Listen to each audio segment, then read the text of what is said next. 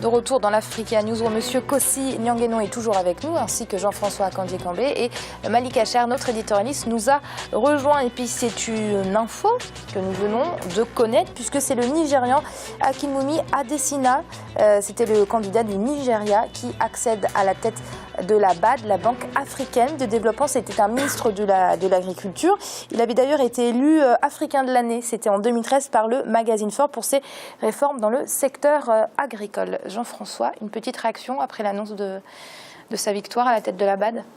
Mais d'abord que c'est une victoire c'est une surprise, hein, parce que on a beaucoup parlé des autres candidats, on n'avait pas beaucoup parlé de lui. Et finalement, c'est lui qui l'emporte. Et puis, pourquoi pas? Le Nigeria est un grand pays, c'est la première économie africaine aujourd'hui. Il est tout à fait légitime qu'il soit élu, même si on aurait bien aimé qu'un petit pays puisse y arriver. Mais encore fallait-il que les petits pays s'entendent. Lorsque par exemple, le Cameroun vote contre le candidat du Tchad alors qu'ils sont dans la même lutte contre Boko Haram autour de, etc. Et ça fait un peu désordre tout ça.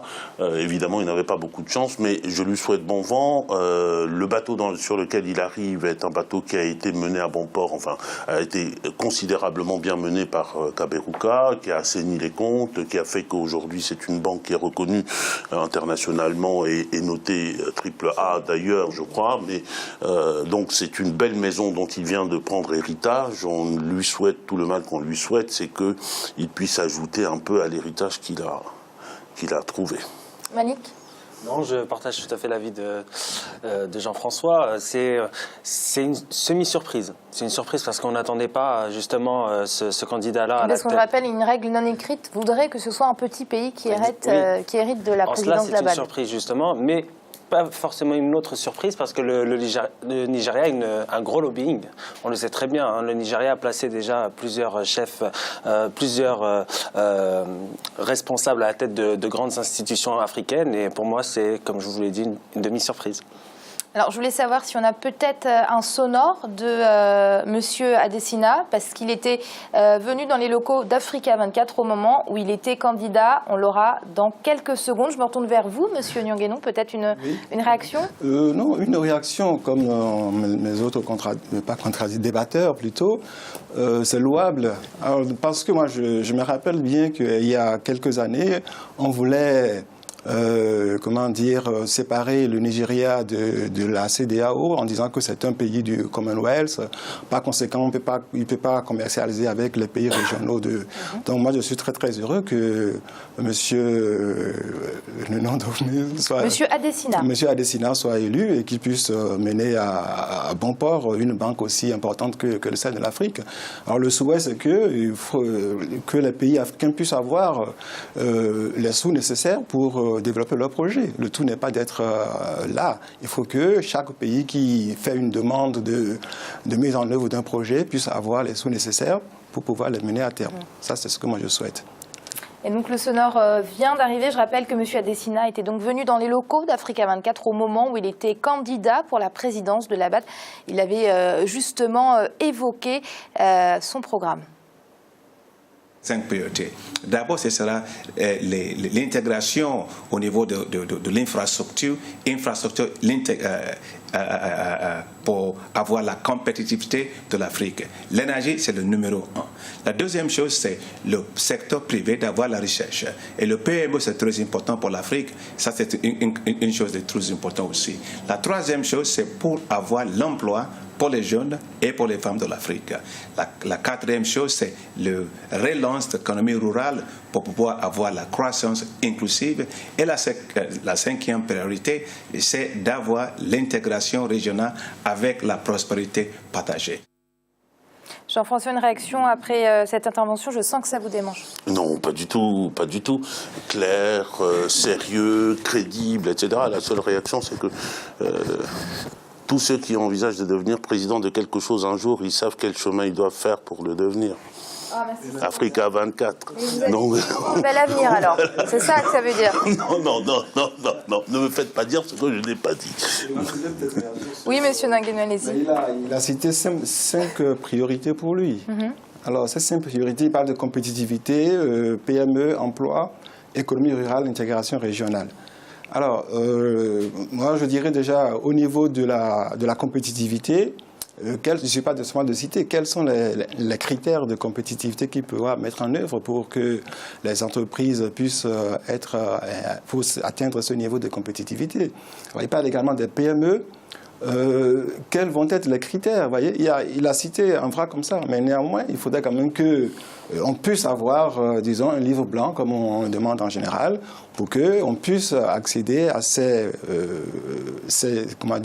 priorités qui sont définies pour pouvoir apporter, disons, comme je disais tout à l'heure, demander des crédits auprès des banques pour pouvoir mettre en œuvre ces différents produits-là.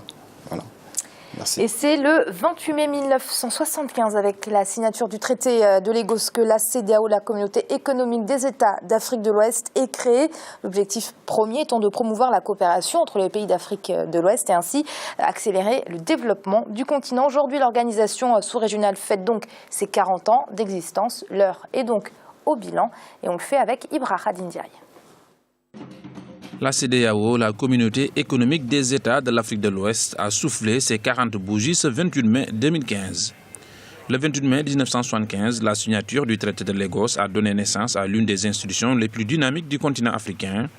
Elle compte aujourd'hui 15 membres et se fixe comme objectif de promouvoir la coopération et l'intégration entre ses différents États membres. La réalisation la plus importante jusqu'à présent, c'est que la CEDEAO a réussi à conserver son unité malgré de nombreux défis ces 40 années. Du Mali, en passant par le Burkina Faso, la CEDEAO joue un rôle crucial dans le maintien de la paix et dans la résolution des conflits en Afrique. J'espère bien que la plupart des institutions régionales vont suivre un peu cette dynamique-là, qui pour l'instant est une dynamique qui est très très positive. La CEDEAO apparaît être une zone, tout ce qui est stratégie économique, dynamique économique, des dynamiques sociales sont les dynamiques qui sont très très très très profitables pour l'Afrique, et il serait peut-être souhaitable que la plupart des unions économiques et politiques africaines puissent regarder un peu ce qui se passe au niveau de la CEDEAO. On n'a qu'à voir toutes les crises politiques qu'il y a eu, ces crises politiques-là, le Burkina Faso, le Mali, ce sont des crises politiques qui ont été gérées avec une coopération, une collaboration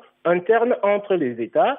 On a eu le Togo au niveau des élections présidentielles. Les choses se sont, si vous voulez, arrangées. Donc, ça veut dire que c'est une institution qui est déjà relativement adulte et mûre. C'est une des parties de l'Afrique qui tire l'Afrique pour l'instant vers le haut, dans tous les domaines. L'institution sous-régionale de l'Afrique de l'Ouest joue également sa partition dans l'organisation des élections. Elle envoie également des observateurs pour assister les États membres dans l'organisation d'élections transparentes et apaisées. Malik, quel bilan dressez-vous de ces 40 ans d'existence de la CEDEAO, économiquement et politiquement? Politiquement, je serais un peu plus modéré que Jean-Marie. Je comprends son optimisme et je serais modéré par rapport justement aux multiples crises qu'il y a eu dans cette région. On a vu que par exemple pour la crise du Mali, que pour prendre cet exemple-là, il y a eu l'intervention de nations étrangères à la CEDEAO, j'ai envie de dire de l'Algérie et de la France, pour résoudre justement ce problématique. Je ne sous-estime pas les actions qui ont été entreprises par la CEDEAO, mais de ce côté-là, sur le volet politique, je suis plutôt assez déçu, je veux dire, pour la résolution des conflits. Sur le plan économique, on est dans une phase de démarrage.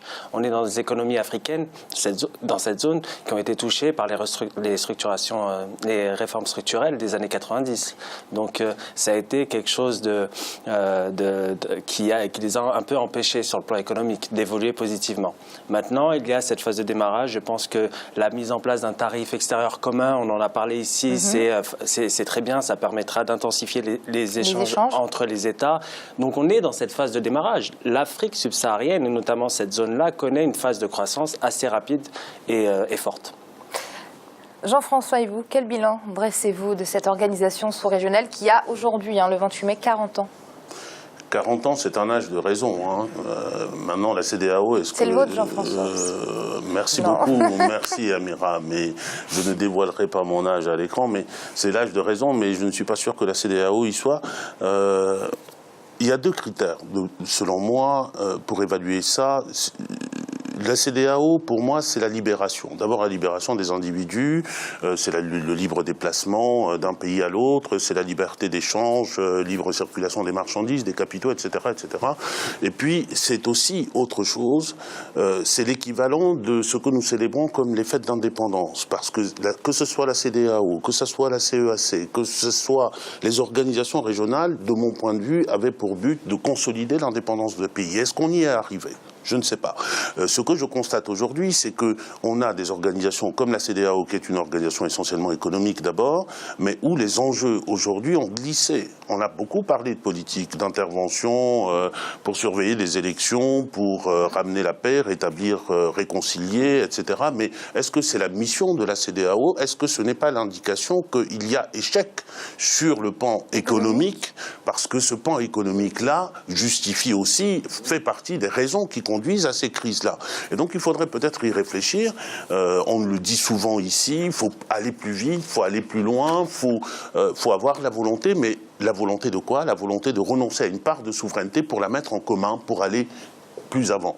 Et je crois que si un message pour la CEDEAO pour demain devait être donné, ce n'est pas moi qui le donnerai, mais la phrase que je viens de prononcer avant.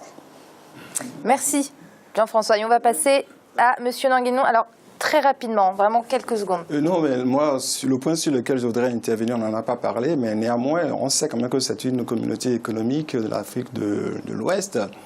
Le problème monétaire reste toujours à émerger.